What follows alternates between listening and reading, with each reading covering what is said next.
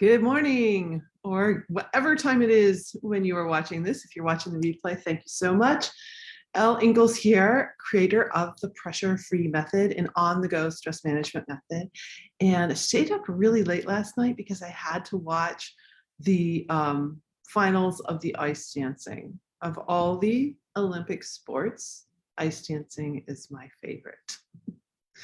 I grew up watching Wide World of Sports with my parents and my sisters. If you remember that show, it was the Agony of Defeat. What was the little coin line? I can't remember. Maybe if you remember it, you can drop it in here. Wide World of Sports was, I think it was an hour-long show on the weekend. It was basically a highlight reel, and you got to watch all kinds of sports. My mother in particular was a fan of all kinds of sports. And I mentioned her because today's topic is inspiration, aspiration. I was extremely fortunate to grow up in a family where our parents believed we could be whatever we wanted to be. There was never a moment where we didn't feel like we couldn't try something out, create something, could just go for it.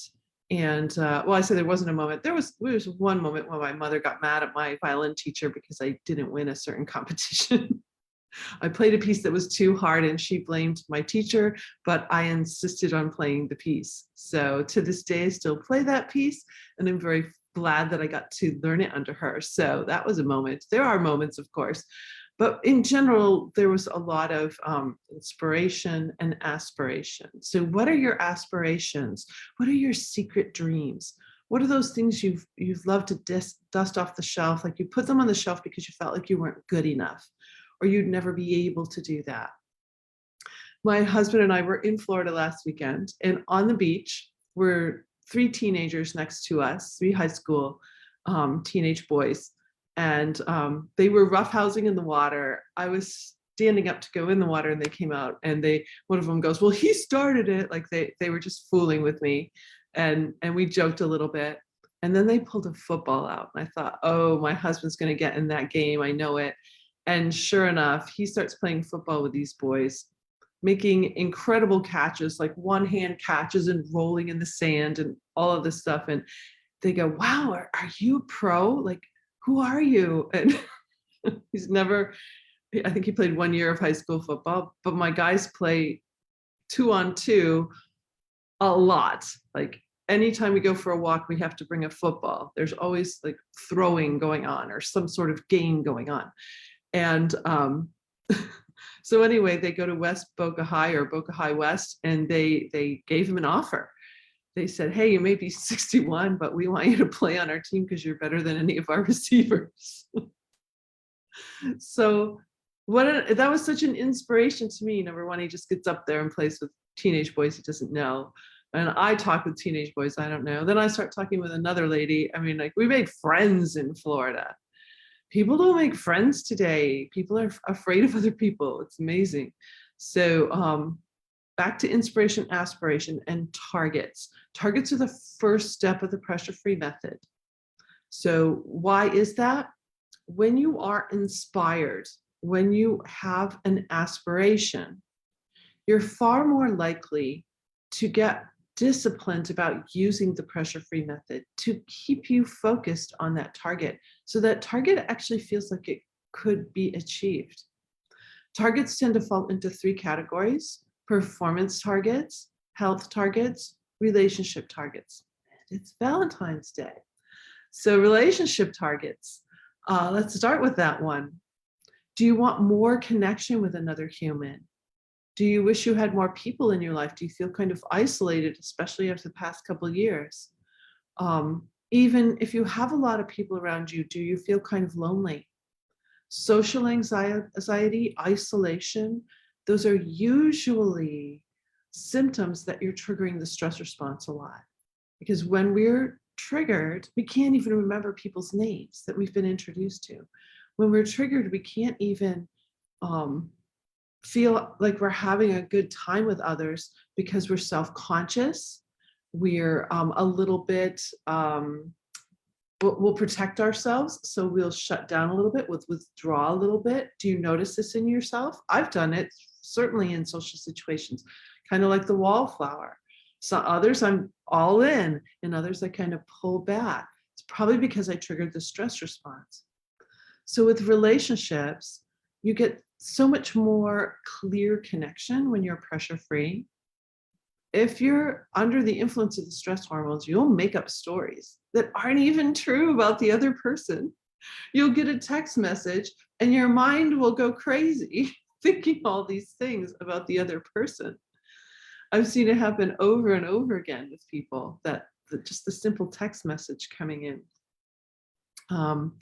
Let's see. So relationships, healing relationships, creating more creation in relationships. I've blown a lot of relationships, and I'm sure you have too. And you wish you could take back some of the crap you've said. That's what happens when we're in fight or flight. So maybe the target for you has to do with other people, coworkers, friends, family. Health targets. Of course, health targets. We talk about that a lot on this show and in my programs because most people have some sort of a health issue. It may be secret. You may secretly be a high functioning person with anxiety. You may be a high functioning person with depression. So, and now I've been talking to people with high functioning ADD. So you may also kind of be hiding things that are happening to you or you're experiencing or you've experienced for a long time. Maybe you have a condition that you think can never change. You have a particular disease that most people just will have for the rest of their lives. Fibromyalgia, colitis, I had eczema, dense fibrous breast tissue. I also had that, and that completely changed. So what are some things that you're worried about? What are those things that keep you up at night about your health or the health of somebody that you love? Also, if you have a predisposition genetically, so if there's heart disease in your family, cancer in your family, Alzheimer's, there's something in your family and you're worried that that particular gene variant is going to express in you. If that's a worry, pressure-free can be amazing because your DNA is actually I want to use the word flexible. I'm sure there's a better scientific term for it. But in the research that I have read about even just the way you feel, your emotions actually affect your DNA. They affect the very telomeres on the ends of your chromosomes. And you can really make some shifts. Also, in one of the books that I read, I think it was Joe Dispenza's book, you can think of your DNA as a lot of libraries, and many of them are never even expressed or opened up, some that can be very helpful to you.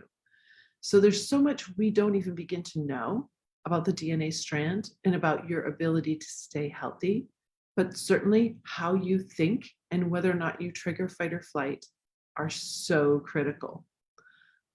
So health, mental and physical health. Then your targets might be performance. So by performance, I just mean how you do your day.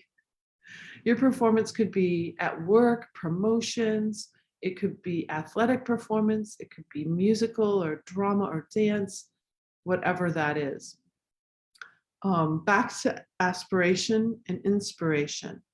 What inspires you and what you aspire to can help you figure out what some of those performance targets are for you. My mother knit this sweater. It's the last one that I have that she knit for me. And so I'm going to cherish it. I don't wear it very often. But I brought it out today because she would have been watching the Olympics with me last night if she were living in New Hampshire. Right? We would have chatted afterwards probably on the phone because my mother watched every sport. She was very, very active in sports as a child. Even in the 50s, she played basketball for a team. So very inspirational that way. My father, too, was very into sports, but he didn't watch sports very much. He would usually make fun of the figure skaters. He was a joker. So, but I was always inspired that my mom would be knitting the whole time she was watching her sports. And every holiday, everyone in the family would get something that she had made. My sister-in-law made these little booties. I love handmade gifts, by the way. They inspire me. There's something about someone making something for you. So I wear these little booties all the time. And I had them on last night as I was watching the Super Bowl and figure skating. Super Bowl's inspiring too. Some of the greatest athletes, we got to see some of the greatest athletes in the world last night between the Super Bowl and the Olympics. And I get very inspired by it. Some people, though, get very depressed if their team doesn't win. So watch for that. Don't trigger the stress response just because your team loses. It can wipe you out for days. So got a little over this morning. I hope that's fine. Oh, also snow is inspiring to me. I was in Florida a couple weeks ago, or I guess a week ago. But I was actually really happy to come back to the snow because for some reason, every time I see the snow falling, maybe you can see little flakes coming. Snow is inspiring to me. If I wake up and I'm in my snow globe, let's see if I can bring this closer over to this one here. I live in a snow globe and it's so cool. It's snowing right now. If you can see the snow. I just love it. I love the snow. It inspires me, it makes me happy. So make a list of what inspires you, of your own aspirations. Just make a list today of a few things that give you joy. And I wish you a great pressure-free day.